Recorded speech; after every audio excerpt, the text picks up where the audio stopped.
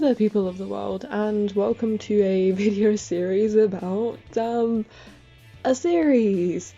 So I would like to take the time to introduce you to The Illusion. This project has been in the works for about 7 years. It depends on whether you want to count the years before the huge tone shift that happened about 3 years into the project. Essentially, I've been working on this version of the project for about possibly 4 or 5 years now. By making this video series, hopefully it will encourage me to change it a bit less and be happy with the version of the story that I have currently. I hope that by the end of this all you'll be as excited, or almost as excited as I am, about the characters and the story that I have to tell, and that I communicate everything well to everyone. This video is the first part of what is hopefully a first half of a video series. This first half of the series is being made very early on in the comic's development when just a few chapters are out. So if you want to start the series, you've come to the right place, because this video is more of an introduction to the series as a whole. The other parts in this first half are going to be focused more on each character as a way to introduce them more individually and give a bit of insight into their strengths and weaknesses and history. The second half of the series will be a bit different, because hopefully I'll be making a spoiler talk at the end and more videos that will delve more into bits of the plot possibly being made as the story goes along. Currently that is just wishful thinking, as it's still very early days, but fingers crossed you'll be seeing some of those videos be made. My aim with these videos about the series though are just more to provide some insight into the themes of the series, my thought process, some of my inspirations behind it, perhaps to help things make a little bit more sense, because there are maybe a couple of confusing concepts, but overall the biggest reason is just to kind of say my thoughts about it aloud and perhaps communicate my ideas a little bit better than just seeing them on paper. But with that being said, I suppose I'll begin with the story segment. This is going to be very hard to condense into one video, but I will try my best. Let's go! So the story of The Illusion is set within modern day Japan, and just to cut a few corners, I'm gonna just read the synopsis that I wrote. So, it is as follows. There exists a legend which suggests that there are 3 mood rings made of special stone which respond to the bearer's emotions so strongly they allow them to fight simply through how they feel. Emi Shizumu was given one such ring, but after years of refusing to use its power, she's forced to use it against the shape-shifting, emotionless race called the Monochrome. Together with the new student Maya, technology whiz Daigo, and the bright Aoi, they secretly plan to eradicate the shape-shifting creatures under the skies of a club, all while they're stopped in their tracks, watch from the shadows, and learn more about how the Monochrome came to be. So since this video is being made for first timers, I'm going to start by explaining a couple of things within that synopsis and a couple of the terms used, so that people have a bit of a better understanding about how things work. Specifically the rings is what I'm going to start with. The mood rings mentioned essentially look like your everyday mood ring, apart from the fact that they do have powers and they each correspond to the emotion that the wearer is feeling. There are 5 different colours which correspond to 5 different emotions and correspond to 5 different powers.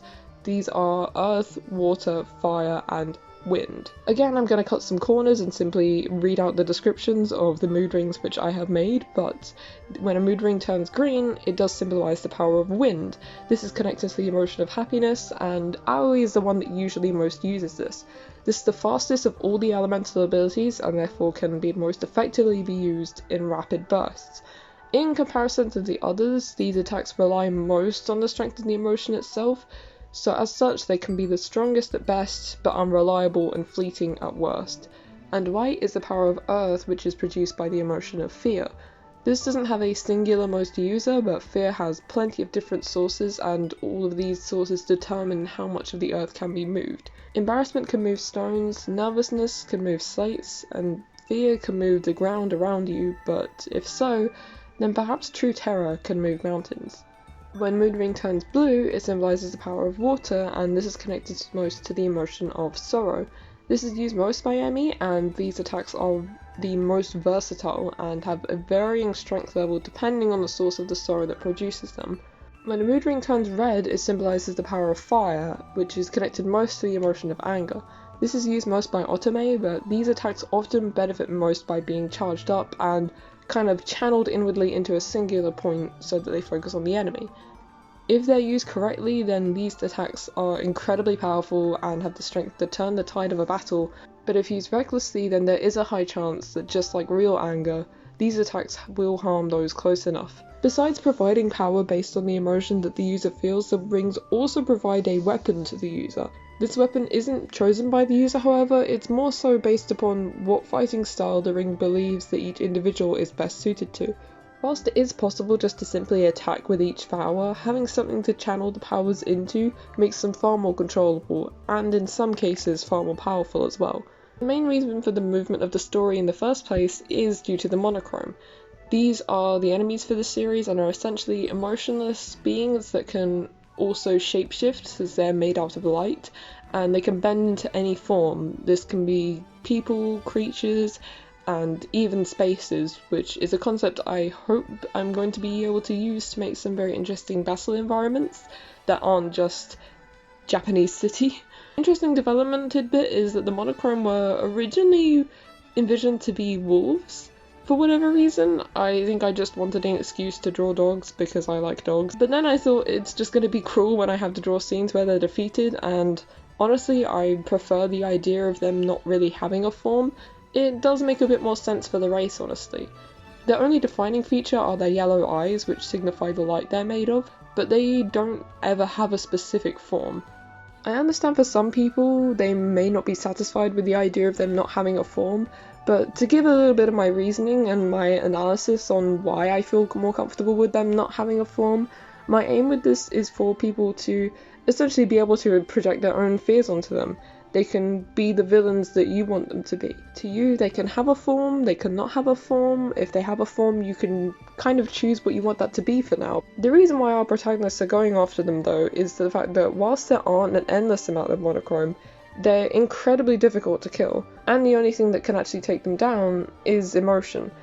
Since the monochrome are void of emotion, being attacked by it overwhelms them in a sense, and basically causes a system override in them. So this means that the only ones who can take them down, really, are our main group. They're saddled with the job, whether some of them like it or not.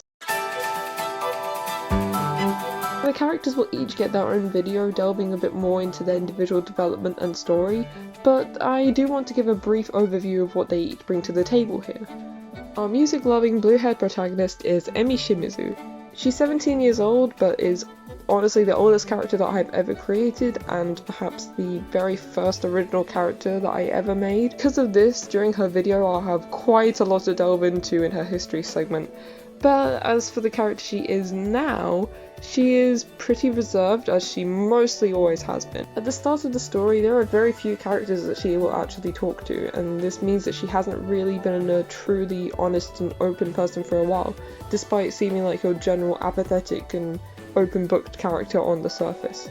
This also results in her habit of talking to herself, but she also has a hidden clumsy side. Daigo Tsuchiya is the boy that Emi gets sat beside in her second year of school, and he ends up getting roped into the conflict pretty young despite not being a ring bearer. Part of this is because he's happiest taking on as many jobs as he can, from taking care of his sister, to being on the student council, and now to helping Emi in the group. Although he's a huge fan of comics, anime, and games, specifically comics, so any free time that he gets, he often spends on his hobbies. But the notable thing about him is that being in the fight is his choice. Despite all of the danger and the fact that he could back out, he still wants to be here. Maya, on the other hand, is a little bit more troubled with the conflict. She is a year younger than the rest of the group, and is a little bit lacking in self-confidence. As a result, she finds it hard to make choices, and finds it difficult not to run away. Since her parents split up and she moved back to Japan, she's been struggling to find people that she can talk to. She does seem more up to the group, however, and together with them she's hoping to get to the bottom of whatever's happening between her and the monochrome, and between the other ring bearers. Despite not being a ring bearer, she seems to have a strange power of her own. Aoi Fukui is a year older than the rest of the group. However, she seems to act a bit younger than them. She has a very bubbly and childlike spirit, but strangely enough, she's very good at decision making. She's extremely quick thinking, and that's gotten them out of many of a pinch. Her energetic and slightly schizophrenic spirit means that the situation doesn't really get the better of her. She's happy to be along for the ride, and is also there to hopefully find any traces of her long-lost sister.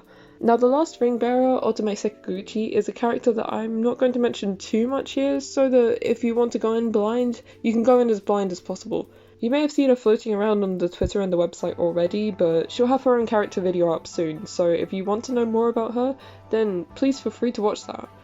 While she's not a huge spoiler, I do want to give people the chance to go in as blind as possible to the comic from this video. So, for now, we move on to the side characters. Daigo's sister and Maya's best friend is Terumi Tsuchiya, who's an absolute cinnamon roll. As she's grown up, she's become quite a crafty person, and has mostly been into fashion design and making dolls. She's a social butterfly who loves to make friends, but sometimes isn't the easiest to communicate with thanks to her hearing disability. Emi's best friend Nanase Okino is the person that she possibly talks the most to at the beginning of the story. She left at the end of the first year of school and is an incredibly independent person, currently living on her own at just the age of 18. She does still come to the school at lunchtimes, however, to eat with Emi, and she eats a lot of food. Like, a whole lot of food. She's pretty great at spouting one-liners and giving advice to other people, but she's not so great at taking her advice herself. She's regretted quite a few decisions that she's made in the past, which will probably be explained more in the story. So the last two characters are slight outliers from the rest of the group. However, I will try and explain them as best I can without giving too many spoilers away. So the Master and Icarus are essentially two halves of a whole. They come together to create one character. The Master is a small figure, shall we say, who doesn't really have many senses. They can't speak or see or hear or communicate, so instead they have to rely on the use of the puppet Icarus in order to be able to communicate to the world. They are generally pleasant and have a bit of a nervous disposition, but Icarus, on the other hand, is a puppet with a little bit of sass to them. They are based on a toy poodle, but they rely on the Master in order to come to life, so it's essentially an equal exchange of the Master is able to interact with the world through Icarus, whereas Icarus is able to gain life and is animated by the Master. And the last character, Noelle, name could easily change, it's, as you'll learn in her character video, it's changed so much, is a bit of a strange young girl, and she's mainly trying to stop the group from achieving their main goal. She does try and talk the group into coming on her side, which she doesn't do a very good job of because she's a little bit sadistic and crazy, but the Master also insists that she's the reason that the monochrome are roaming the world today. Whether this is true or not is still to be seen. It's kind of unclear as to what role she truly plays, but one thing to note about her is she's incredibly intelligent. Despite often resorting to force, she definitely puts brains before brawn and doesn't give too much of herself away. But really, both of these characters you'll have to experience yourself through watching the story unfold.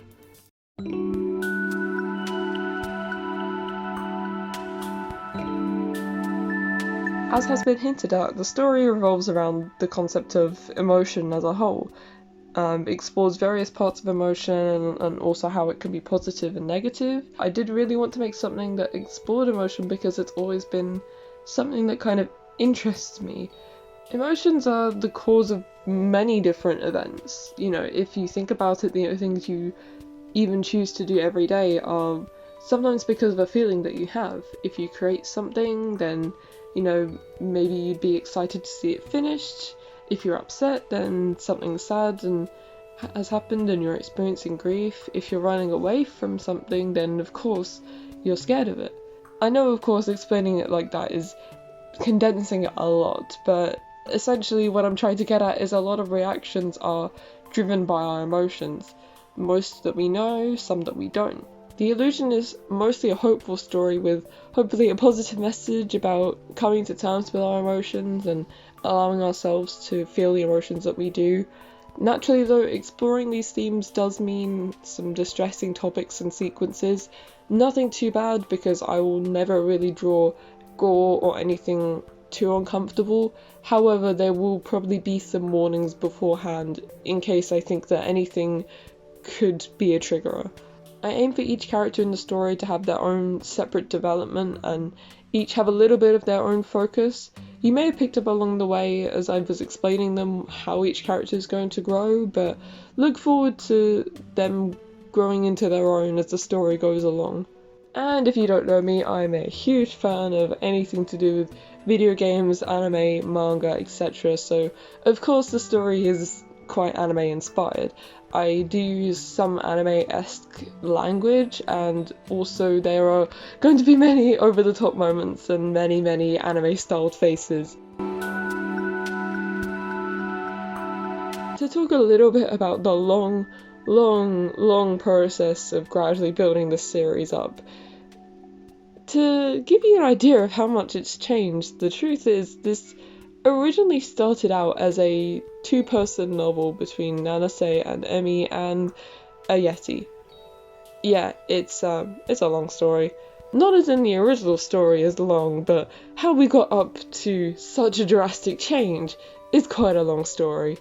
I know it sounds pretty unbelievable, but to keep it as brief as I can, yeah, Emi was a juvenile who managed to escape and somehow release Nanase from being a statue, and then they have to break some sort of Yeti's curse, and I can't even talk about it anymore, it was so bad, it needed a lot of reworking.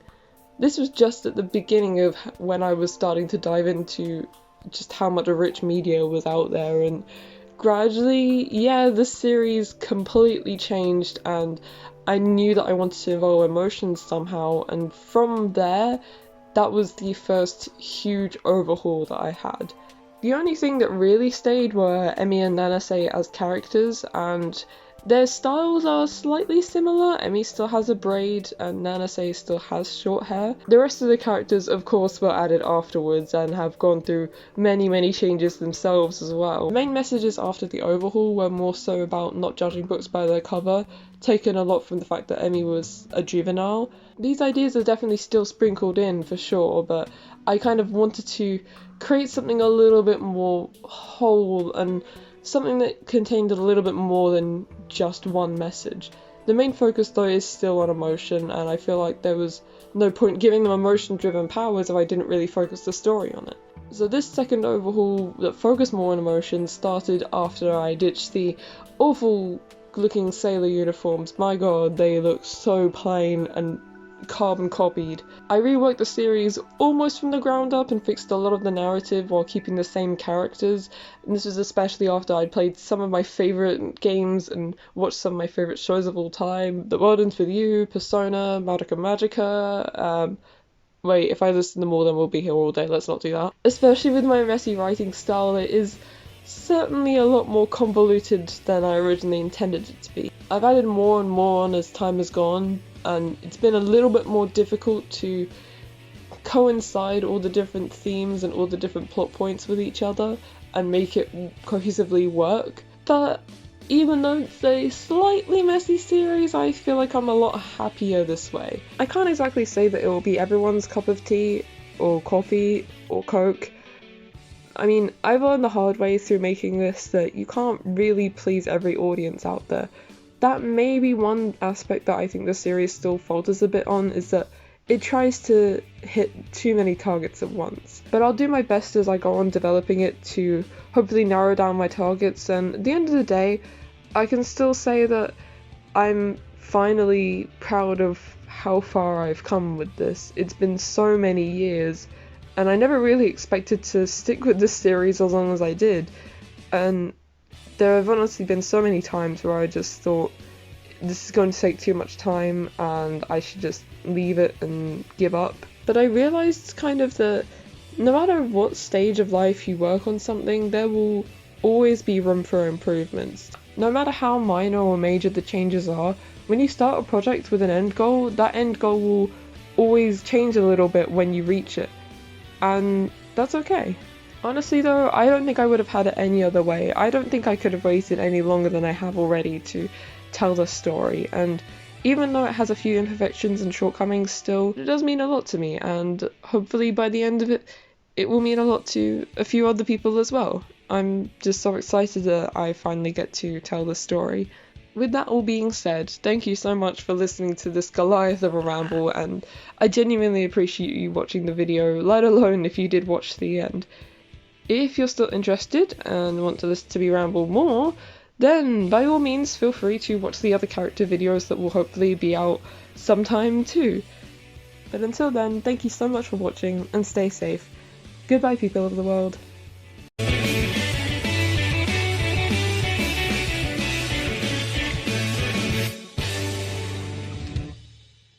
So, what have we learned today? Well, if you take one thing away from this video and one thing alone, it's that Bulb is the most precious being on this earth and he will be protected.